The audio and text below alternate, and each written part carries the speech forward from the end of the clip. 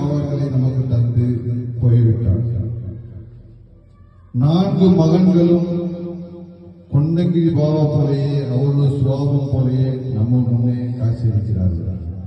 அல்லாஹ் அவர்களுக்கு நீண்ட ஹயாத்தையும் நீண்ட பரக்கத்தையும்